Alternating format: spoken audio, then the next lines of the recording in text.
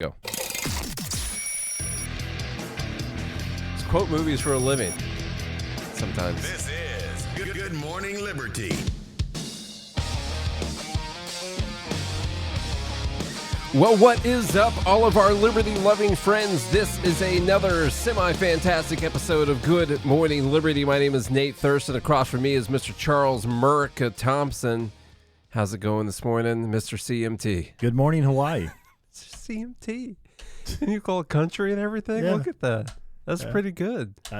Good morning to our Hawaii. Good morning, Hawaii. Yeah, sorry, I missed your Hawaii joke. It is currently 2:27 p.m. And Alaska. Or 9:27 p.m. Where I just spent the last week. And so that's pretty much how I think feel. There's still. portions of Alaska that are also probably in morning time zone right now as well. Yes, still can be morning in Alaska, I'm sure, somewhere. The super Russia part of Alaska up there in that area. Yeah. Okay, hey, what's up? It's Good Morning Liberty. We talk about life, liberty, and the pursuit of meaning every single day of the week when we want to. And as you know, I'm just going to go ahead and tell you right off the bat again today. I'm not all the way back, and Charlie's never all the way here. And so, as far as content goes, it could be fine or it could suck. We're operating at around 75%. That's pushing it. So that's super pushing it. I have a tough time thinking about stuff right now. Typically, I'm operating at around, 35 to 40%. Something like that. Yeah, it's pretty close. Nate has to bring in the extra 60 to 65% to make the show go round. Extra. And because he's got nothing else to do. Yeah. What else am I going to do? That's it. But now we're operating. I'm still at about the 30. I'm around 30, 35%. And then you're at, about half. 40. Something like that. But anyhow, we won't bore you guys with the math of how bad this show is going to be today. But it's not going to be good. I'm kidding. We actually have some cool stuff lined up. But you let everyone know at the beginning it's semi. Just saying. Semi-fantastic. Don't use this to judge whether or not this is a good show. If it's your first day watching the show, first off, Charlie's got a cool hat on. That's awesome. Yeah, so if you're just listening, go check out the video. Yeah, on you YouTube. want to see Charlie's hat for sure. That's why we call him Charlie Thompson to start the show. So to start off this morning, there's a little bit of new news to add on top of this. But to start off this morning, Donald Trump, just bringing liberty to America, making America great again, making all of us libertarians proud for voting for him, decided to just go on about Rand Paul this morning. Similar to how he goes off on Thomas Massey, today's choice was Rand Paul, because Rand Paul has been out there pointing out the obvious problems with the one big beautiful bill, which we are still calling it. That's still a name that we're calling an actual bill that has like trillions of dollars of ramifications and real world ramifications for everyone. It's just called one big beautiful bill because that's how serious this is. Yeah, the one big beautiful bill. And so Rand Paul's taking. Do we have to pass it to see what's in it? Yes. Yeah. Well, Marjorie Taylor Greene found that out. She just admitted. Kudos to her for admitting, as she actually voted for it. She just found out that it bans states from regulating AI on a state level for like 10 years. That's probably the Palantir bylaws, the stuff that they have put in there. Is she upset about that? She was like, I would not have voted for this if I'd have known that it was in this bill that I voted for. That's the Palantyranny. Yes. Yeah, is the new name. Coined that.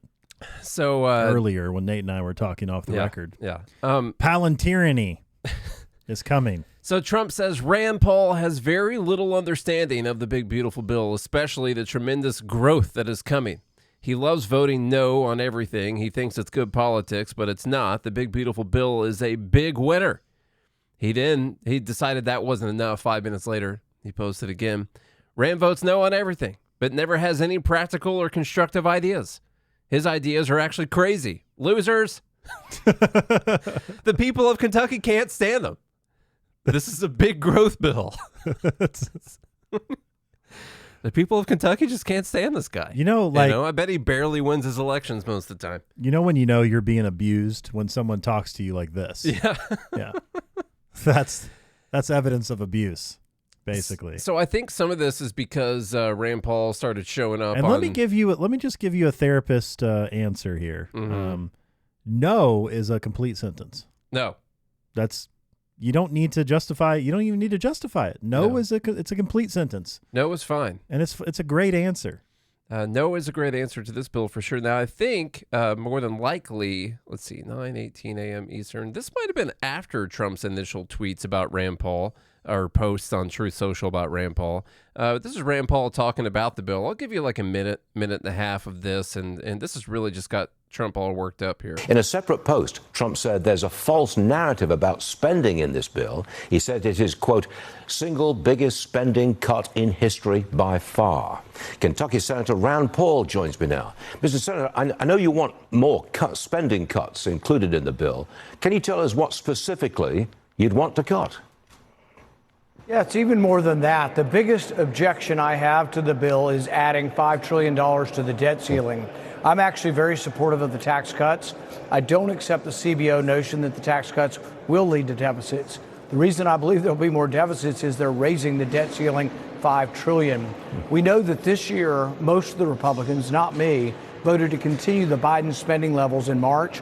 So we're going to go through September of this year, and the deficit for this year is going to be over $2 trillion. If you're borrowing $5 trillion, that makes me think you're going to add over $2 trillion, maybe $2.8 trillion next year. So it doesn't show me that you've turned around. If you look at the spending cuts, it's complicated because it's at $1.5 trillion. It sounds like this enormous number, but it's over 10 years, so it's $150 billion a year. They're also increasing spending for the military and for the border, $300 billion. That's actually more than all the DOGE cuts that we've found so far. So something doesn't really add up here, and I can't be on record as being one who supports increasing the debt by $5 trillion. I think that's irresponsible.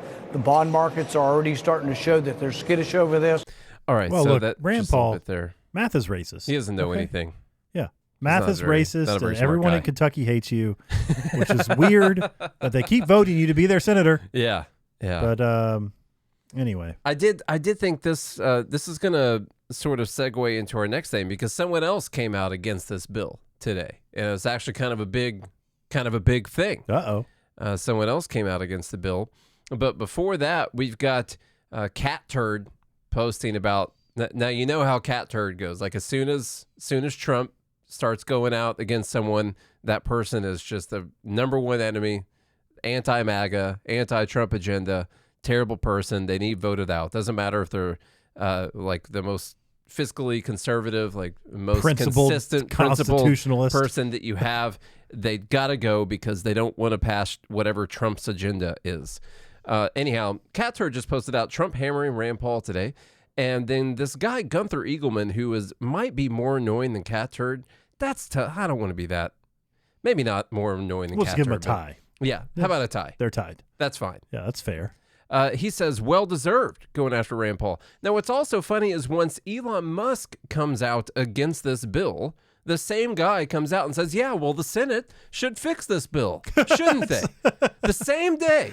He comes out there, he's like, well, the Senate should fix this bill. They need to go back and do some amendments and fix this thing and send it back. What house does Rand Paul work for? He's in the Senate.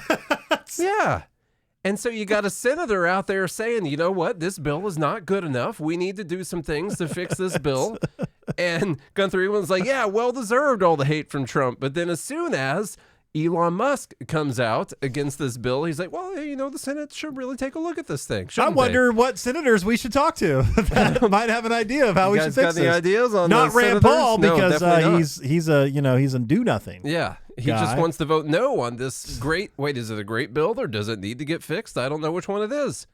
I don't know. And that's what's so, it's getting harder and harder to follow the logic of any of the politicians or the people that follow them.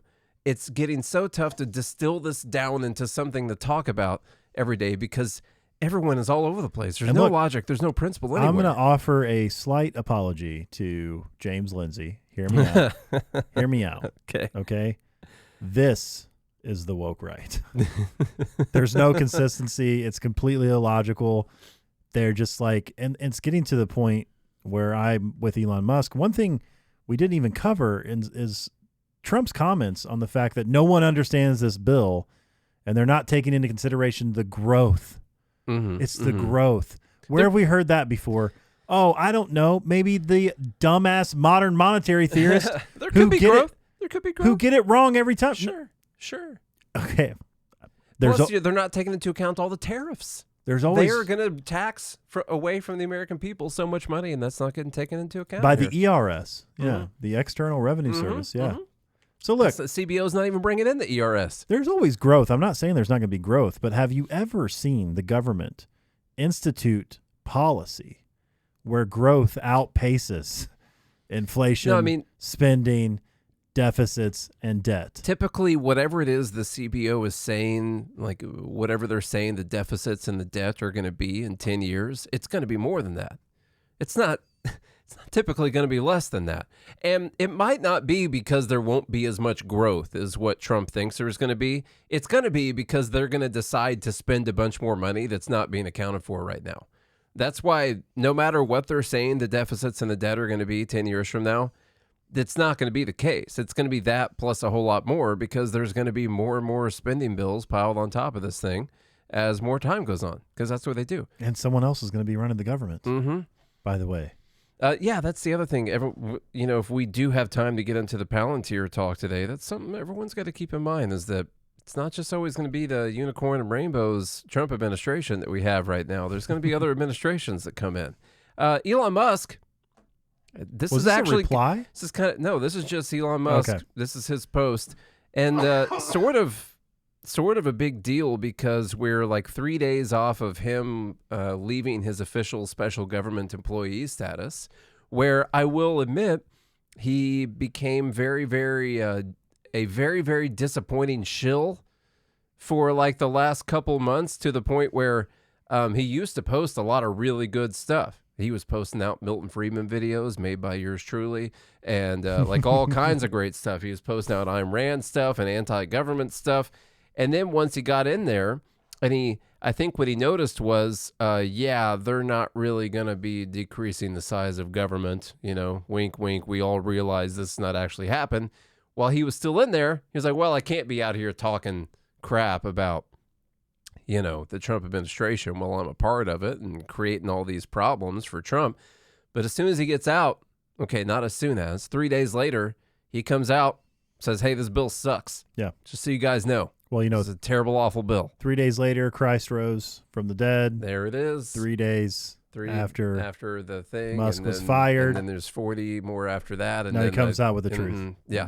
And he says, I'm sorry, but I just can't stand it anymore. This massive, outrageous, pork-filled congressional spending bill. Now, he did something important there. He kind of separated this from Trump a little bit. Did. Yeah. He said congressional spending bill is a disgusting abomination. Shame on those who voted for it. You know you did wrong. You know it. That's fine. A little golf clap? That's fine. I'm happy to see it. Now, I'm going to be 100% honest with you on this one, just right fast. I don't know exactly what all of the pork items are in the bill. I'm sure they exist, and maybe some more details about the bill came out over those 10 days that I was out of the country and not reading any news whatsoever, if there was more details. But the spending cuts and the new spending items were pretty straightforward in this bill. I don't like the bill, not a fan of the bill, but it added stuff for DHS, for border security.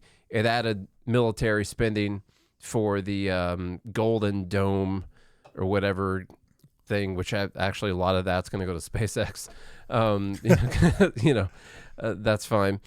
And it added some spending for things like that, like border enforcement, border security. And then it cuts, allegedly, $1.6 trillion over 10 years.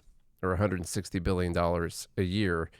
And as far as I've seen, there's not a whole lot of other stuff in the bill, except for, I guess, banning states from regulating AI for 10 years. They had to sneak that in there. Yeah. I don't know. Don't take my word for it. I've been out of the game for a couple weeks now. Here's the problem.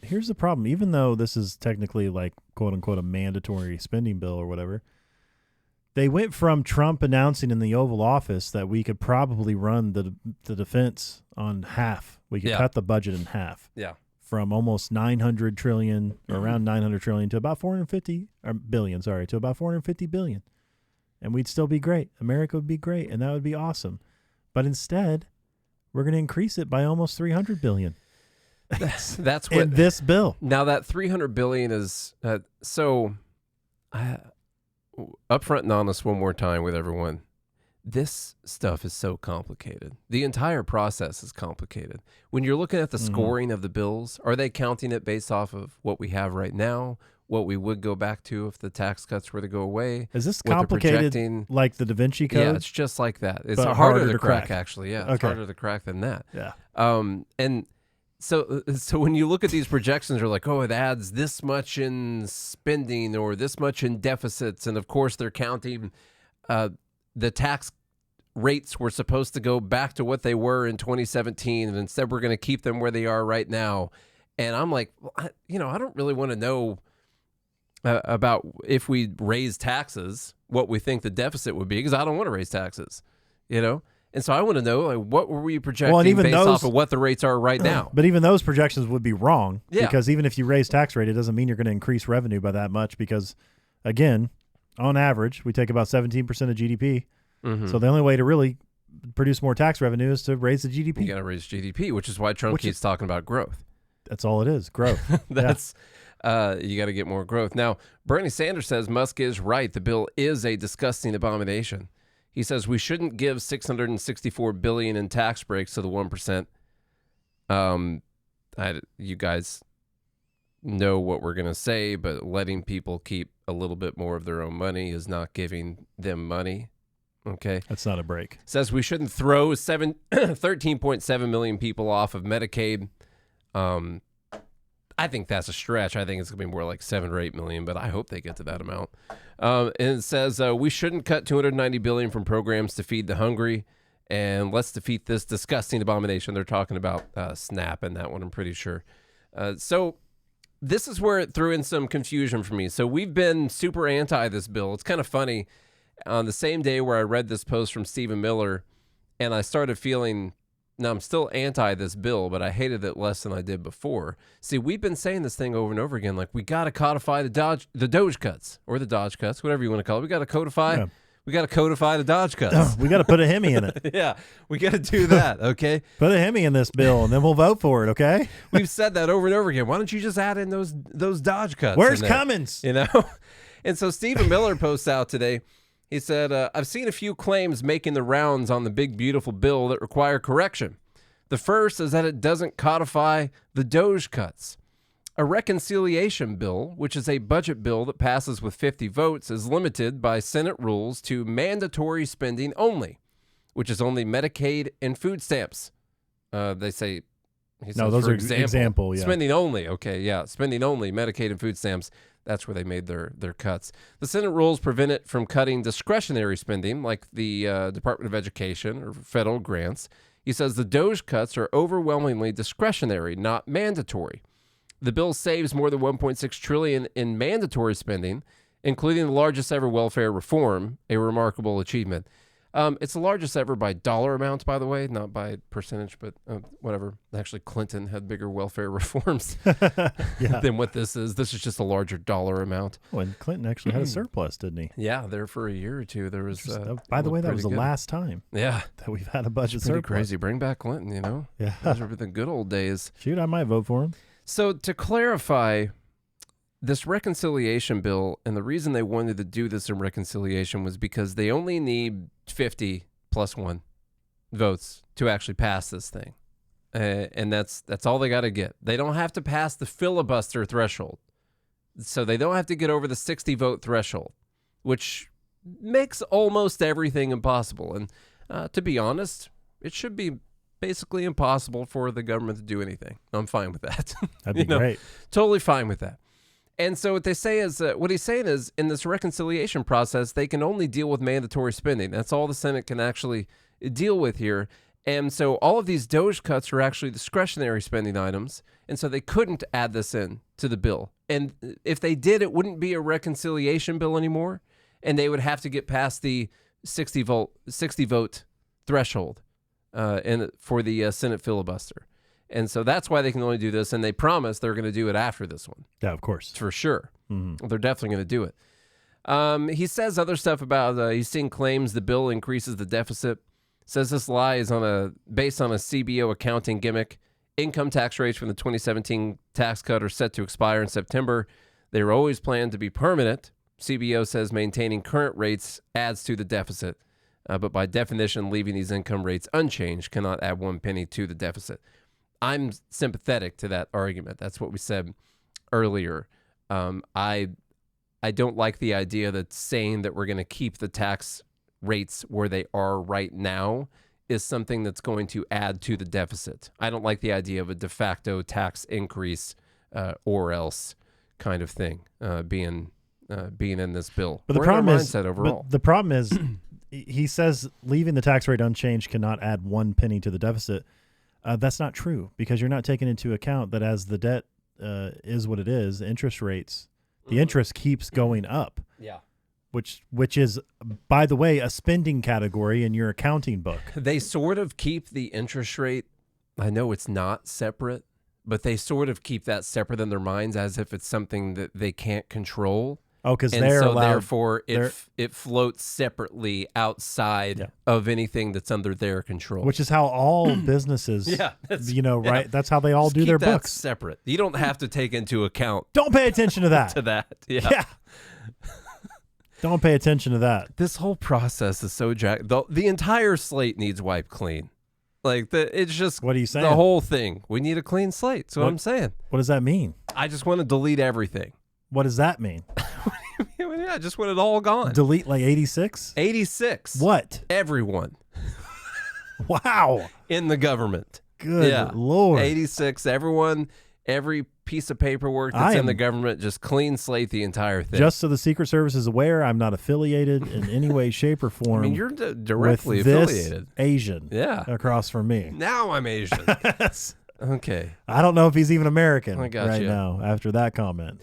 Don't worry, guys. Congress, they're getting their act together. I don't know if they've done it yet, but they are going to vote on the Doge cuts. Doge says there's $170 billion, and so they're gonna vote because the White House sent over a rescission package for them, totaling $9.4 billion. Oh, great! Big deal. Mm-hmm. Really big deal. Can I get anyone want to give me a number crunch on how much $9.4 billion is out of the $6.75 trillion? That's about equal to Trump's net worth, I think. The Trump family net worth is about $9.4 billion. That's probably where they got that number. It's going to cut out one billionaire. Yes. The left will be happy. Yes. That's fine. So the White House to ask Congress to codify Doge cuts to USAID and to public broadcasting. I'm fine with those two things. I'm totally fine with that. I do wonder how, now I don't know if they voted on this yet today. They said it's busy. They got a couple of post offices to rename and stuff like that today, so they don't know if they'll have time. They got to go to Home Depot, maybe Bed Bath & Beyond. They're just not entirely sure they're going to have time to get to these Doge cuts. But if it in any way is difficult for them to vote for this $9.4 billion, how difficult it's going to be for them to vote for the $170 billion that Doge claims they've cut. Which, by the way, this is more proof that they haven't cut these things. They're not cut. They're not cut. The money is not cut. Maybe they decided they're not going to fund that contract right there, but that money's still going to get spent by that agency. They're just going to do it. They're just going to spend it somewhere else. Mm-hmm. Okay, we want actual cuts. The government spends less money.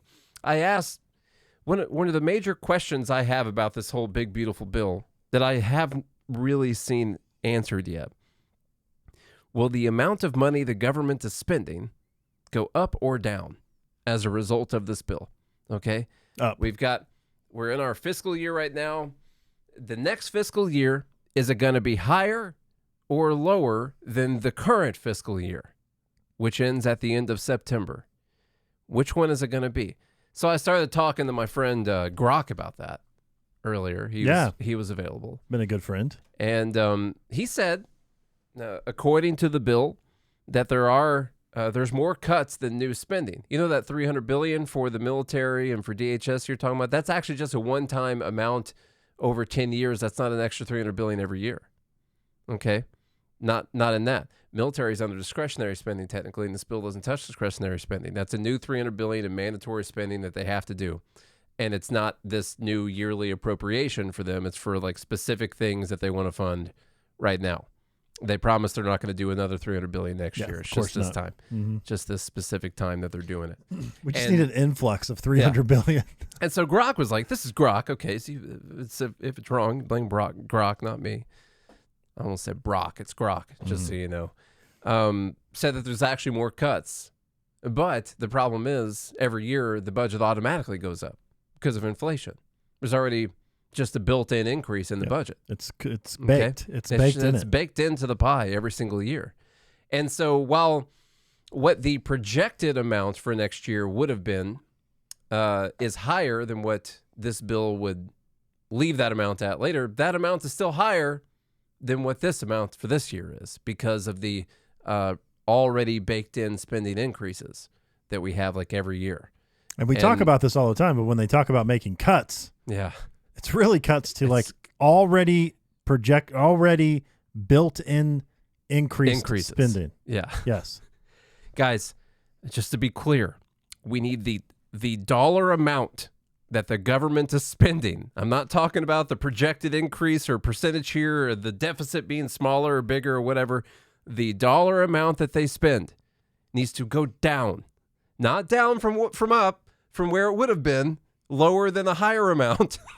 Down from current. Down from a current dollar amount. Yes. Okay?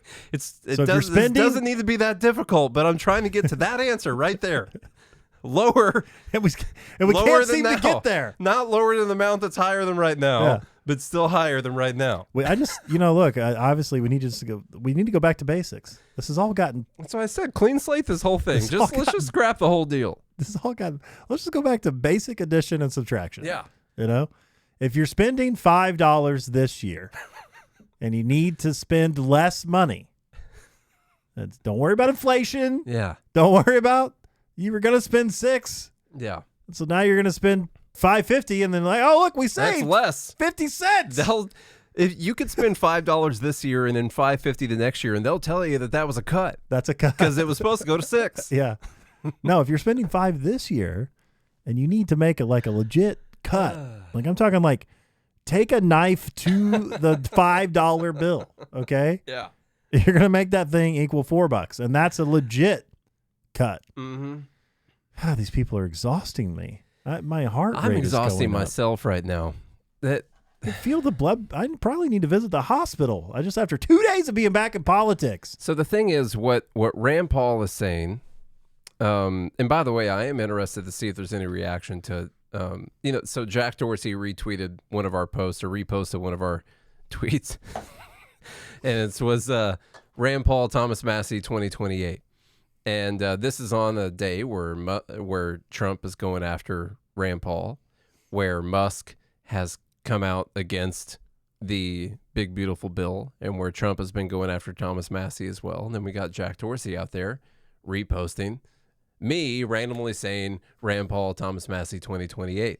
I'd like to see if that gets some people stirred up, some of the MAGAs, see what they have to do with this whole thing.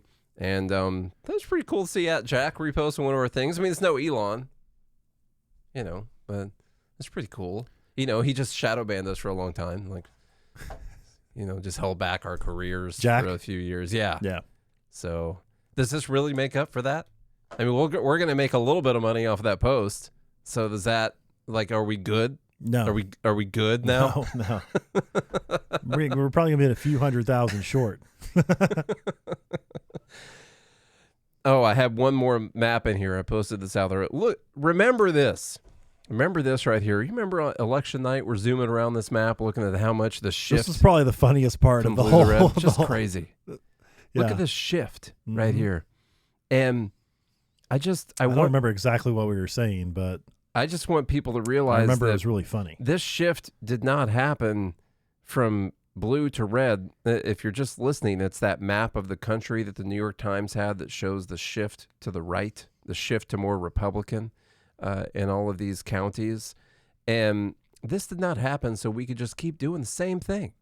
So we could just keep spending the same amount of money. And maybe there's been a couple positive things that have happened. And if you're super big on immigration and all that, then you've probably been pretty happy with the immigration stuff. And if you're worried about the woke nonsense that was going on, there's maybe been some wins on that front.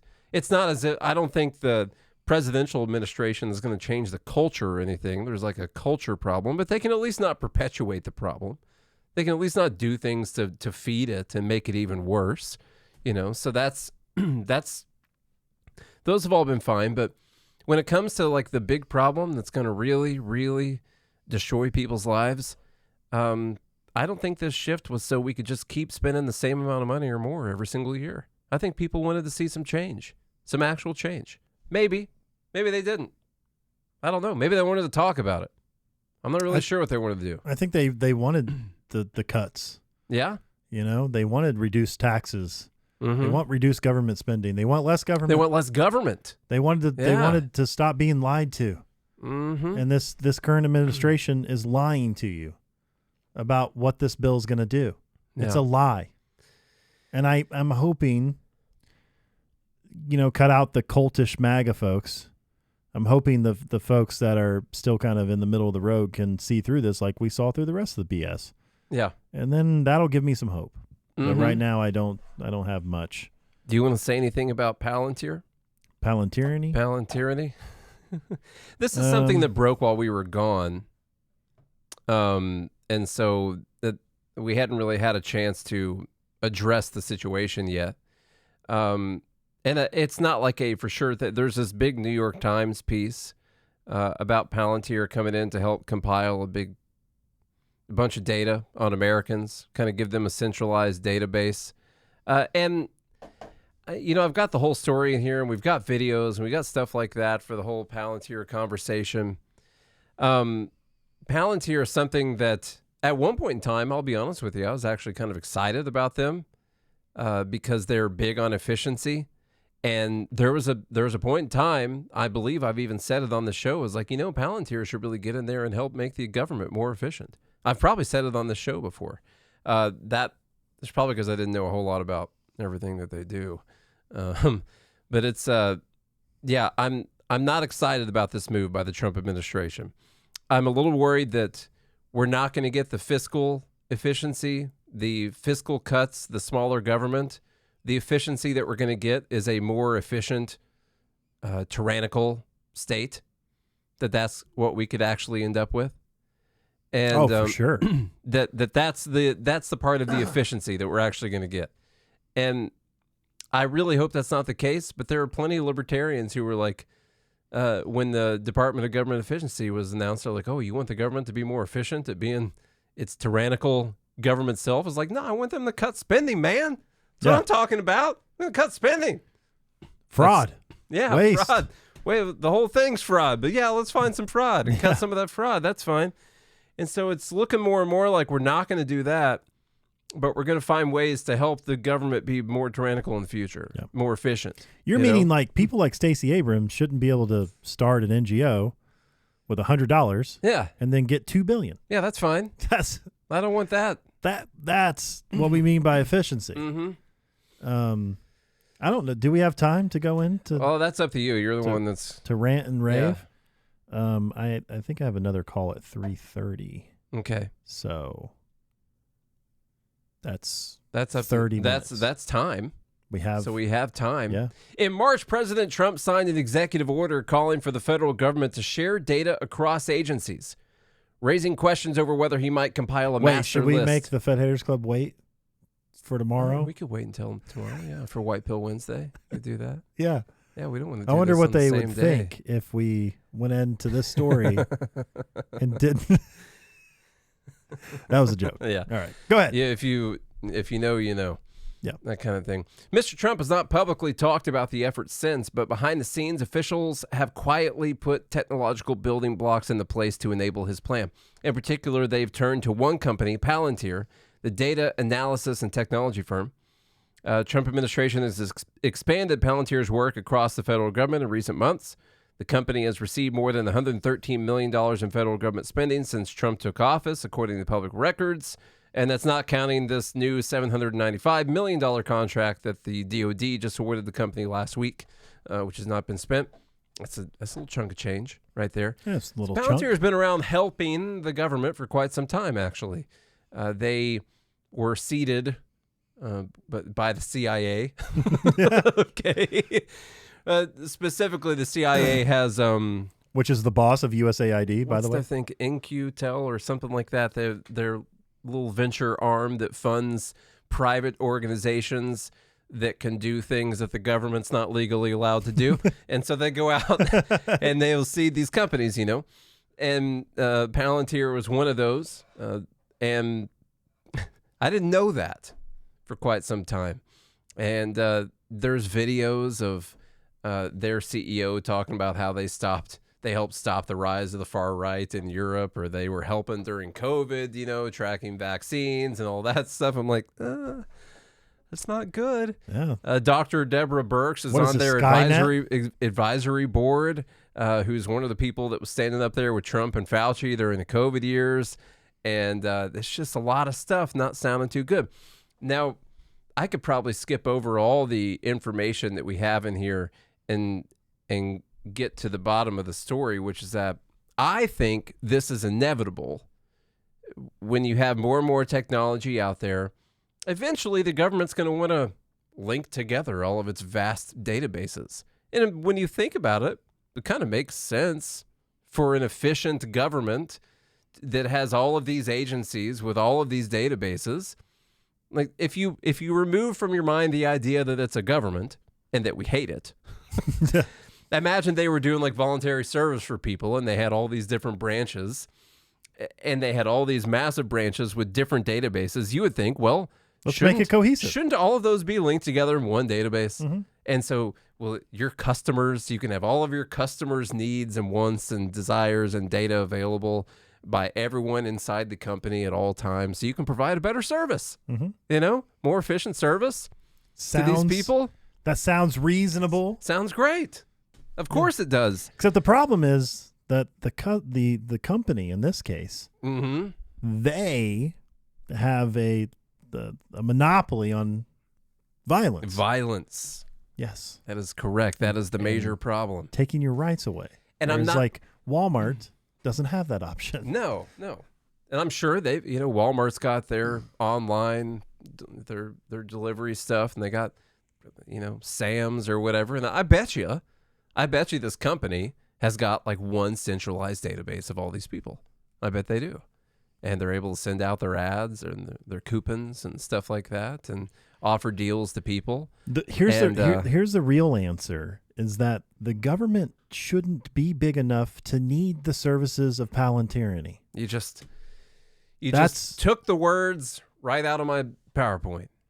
They're not actually in the PowerPoint. But that's the actual answer, is that this could be solved by the fact that the federal government, even your state government, should not be big enough to need the services of Palantir. They should not be doing all of the things that they are doing. Exactly. The government should not be doing all these things.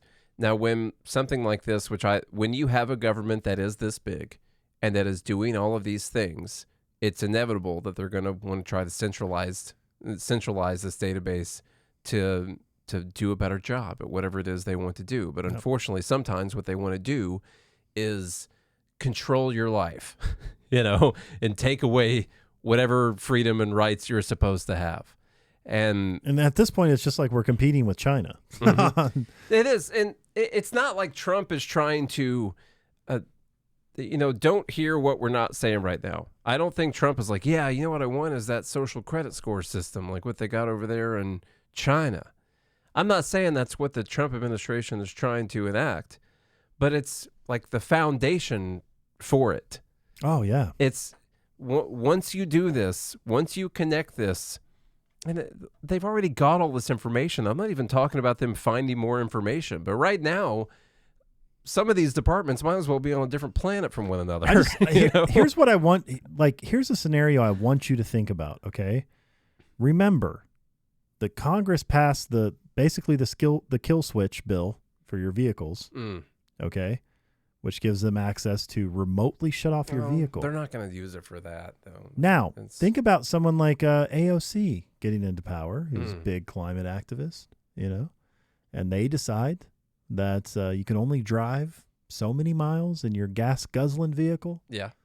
And after that, they just automatically shut it off. Shuts off. And now they can do it efficiently because all of the DMV records and the car registration records and your real ID record and all of that just flows right into the EPA. And the EPA has now set up an AI algorithm that it's pinging your car every second to see what's been going on, and then automatically triggers the kill switch. That's just one scenario. This is one thing that could happen.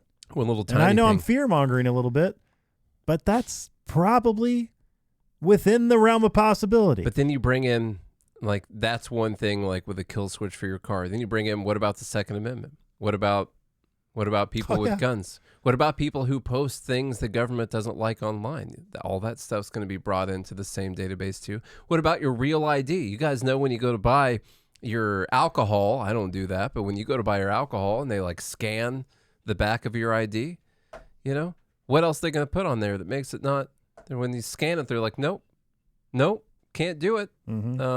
This directive here from Palantir Corp says you can't do that because this person said this thing. And it's everything that we fear and that people on the right talk about, from a social credit system, from Big Brother surveilling us, from controlling the money supply, from watching you at all times. What happens? And it's going to make the whole thing possible in the future. It's not that Trump's trying to enact that right now for anyone other than illegal immigrants.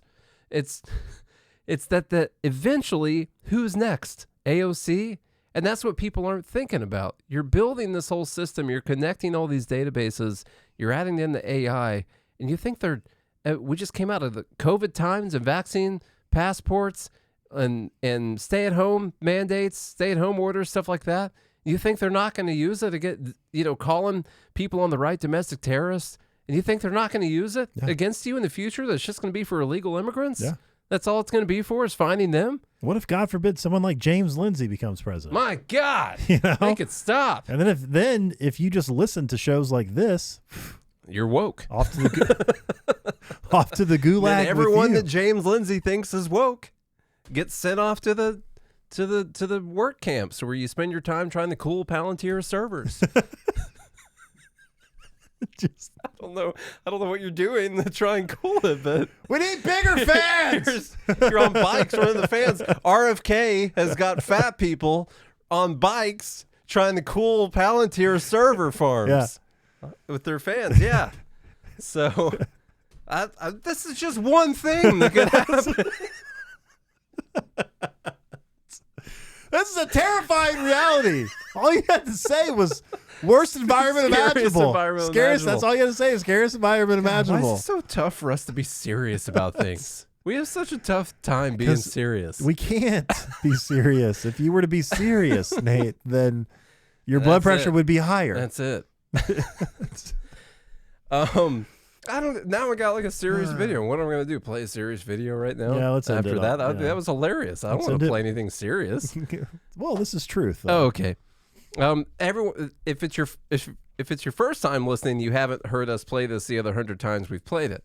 But if you've been listening for a while, you've heard this plenty of times. Well, it's always worth a listen. I went back to that old Senator Frank Church of the Church Committee that you might have heard of back in the 70s. He was a Democrat that was very concerned about the surveillance powers of the intelligence community. This was a Democrat that was warning Americans that you would not be able to band together and rise up against your government 50 years ago, by the way. Because of the intelligence community. This was 50 years ago. They would stop it from happening.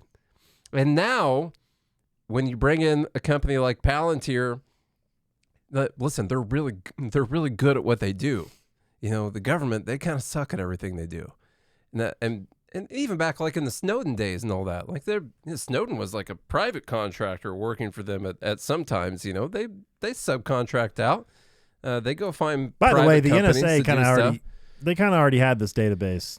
Yeah. They probably still do. Well, yeah, I'm sure they do. They're now just basically making it public, and they're kind of codifying They're it. just floating the idea that we need to connect together everything. And so when they click on Charles Thompson, it's got everything. Tax, all your tax filings. Here's your annual stuff. Here's all where you my go tax all evasions. the time. Here's your link to all your social media stuff. And I'm sure that probably exists at the NSA already.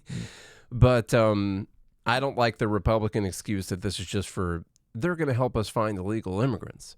That's really what the problem is. That's where it always starts. Yeah. Then they're going to help you find illegal Americans that posted anti-government stuff or posted anti-AOC stuff or anti-climate change stuff or whatever the case may be. Here's Frank Church. That capability at any time could be turned around on the American people. And no American would have any privacy left, such is the capability to monitor everything, telephone conversations, telegrams, it doesn't matter. There would be no place to hide. If this government ever became a tyranny, the technological capacity that the intelligence community has given the government could enable it to impose total tyranny. And there would be no way to fight back, because the most careful effort to combine together in resistance to the government, no matter how privately it was done, is within the reach of the government to know. Such is the capability of this technology. Now, why is this investigation important? I'll tell you why. Because I don't want to see this country ever go across the bridge. I know the capacity that is there to make tyranny total in America. And we must see to it that this agency and all agencies that possess this technology operate within the law so that we never cross over that abyss. That's the abyss from which there is no return. Now, unfortunately for him, he committed just the common sin that people in Congress would commit. He was like, well, you guys have this capability. We just need to make sure that you use it legally. And so we're going to have oversight over what you guys are doing, and then we're going to be able to keep you guys in check. And that's going to be the thing. That's how we're going to keep this from becoming a tyranny, is we're going to have the right people in office that are just keeping an eye on all you evil intelligence community stuff. And that turned out really well. Let me tell you what. That was a great idea. All right, Charlie, talk us out. Well, I don't know what to say from there, except he was right. That was technology 50 years ago, by the way. Yeah. So that was 1975. Mm-hmm. 50 years. He didn't even consider Palantyranny. Yeah. No. Had no idea. Never heard of her. The technological advances. I'm pretty terrified of space flight. I'll be honest with you. Like strapping myself to a rocket and but Mars is looking good. Do you want to get out of here? I'm just saying Mars is looking decent, especially if Elon Musk is going to be running it potentially. It's looking like a libertarian planet. That could be the case. I'm sure the government's going to claim it. We'll be having Mars wars here eventually. Maybe not in our lifetimes, but in the future. It's what the Space Force is for. Yeah. Everyone needs to watch a TV show called The Expanse on Amazon, by the way. It covers all this perfectly. It's a really good show, by the way. It's set a few hundred years in the future after we colonize Mars, and generations have grown up there, and the animosity between Mars and Earth, and they're actually like two rival, It's a really good show. Red's my favorite color. Yeah, it's really good. It's You red like and blue. It really is. Yeah, they're the reds and we're the blues. Yeah. Yeah. I predicted it. All right, y'all. If you enjoyed today's episode, please share it around with a friend, a family member, and the children, because their video game data is probably going to be wrapped up in this too. Mm-hmm. And so when you're calling little Timmy a bitch, he sucks at Rocket League and you're the best, your parents might hear that. So you don't want that happening. Definitely not. That sounds terrible. Yeah. Yeah, it sounds terrible. We really can't be serious about anything. No. But the most serious thing could happen, and we're like, we'll laugh. Anyway, I was just telling you to share the show. That's all I really wanted you to do. That's what Nate wants you to do. I don't really care. No, I'll be honest. I don't need you guys to do it. Jack Dorsey shared it today. Who cares? Yeah, exactly. What are you going to do? Yeah. Jack Dorsey and Elon Musk can't do. No, But you should seriously, do it anyway. You guys should share the show. Yeah. Leave us a rating and review on should Apple do Podcasts and Spotify. Go to GodHatesFeds.com. Pick you up some merch. I just saw a bunch of merch orders come through recently, All of them. which is nice. So keep doing that. That goes right into Nate's pocket for his Norway vacations. Yeah. So, Someone's got to fund those things. So keep doing that. Mm-hmm.